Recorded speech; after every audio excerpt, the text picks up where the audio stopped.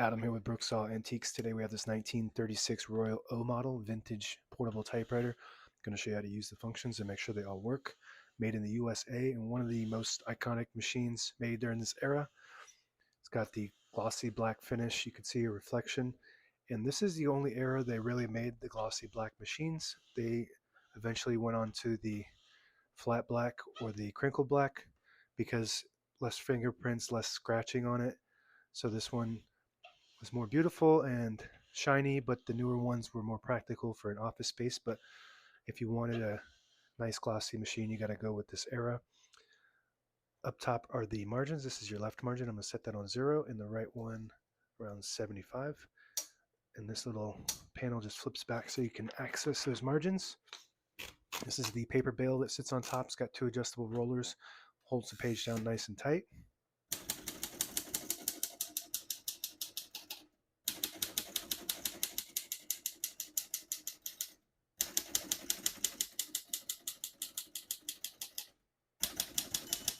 Once you hear the bell, you're near the end of the margin. Hit the line space, gets you back to the beginning, and skips 1 or 2 spaces. Right now we have it on single, but if you want double, just flip the switch forward right here. Skips 2, flip it back, it just skips 1. We're going to keep that on single for now and finish typing.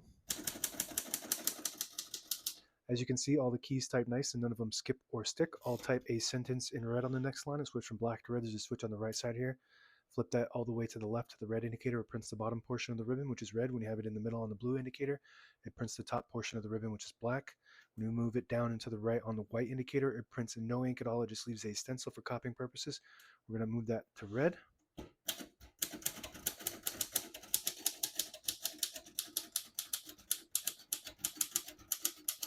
Beautiful.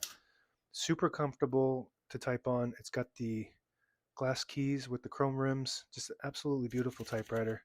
Super well engineered. For this time and this era, it was top of the line engineering.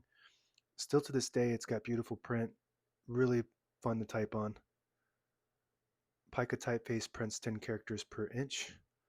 To pull the page out easy, there's a switch on the right side here. You flip that forward.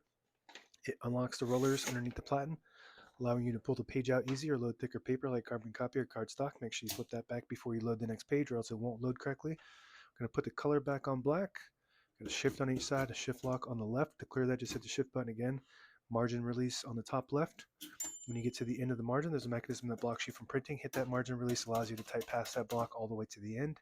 Backspace on the right side, very smooth. Open the hood, all the brand new ribbon is loaded on the right, so it should be pulling to the left. Counterclockwise, if you want to switch that direction manually, you just flip the switch on the left side here above the keyboard. To the right, it'll pull to the right. Flip it to the left, it'll pull to the left. It's got an automatic reverse. When you get to the end of the ribbon on either side, it will pull on this with the eyelet, which is a little metal piece, and swap the direction automatically. If you don't have a metal eyelet, then you can tie a knot and it should either double knot or a single knot. It should pull on that and do the same trick. Touch control. This might have been one of the first touch controls.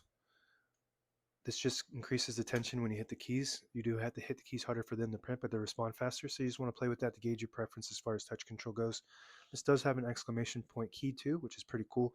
Most typewriters, especially during this era, did not have an exclamation point or a 1 key. The 1 key on this one is still the traditional lowercase L, and on other typewriters, you'll do for the exclamation point, you do a shift 8, which is the apostrophe, you backspace it, and then period underneath. Carriage release on both sides. Super smooth. There's like no play in this. Very nice, well-maintained typewriter over the years. Tuned up, ready to rock and roll. Carriage release on the left, super smooth. And if you push the button at the end of the knob, it disables the spacing when you turn the knob so you can get to an exact spot on the page. You let it go, you get the clicks. Each one of those clicks is 1 space. And the same concept with this lever on the very top there. You flip it forward, it disables the spacing. You flip it back, you get the clicks. You just want to be careful when you do that because you will lose your line if you're keeping track of your lines.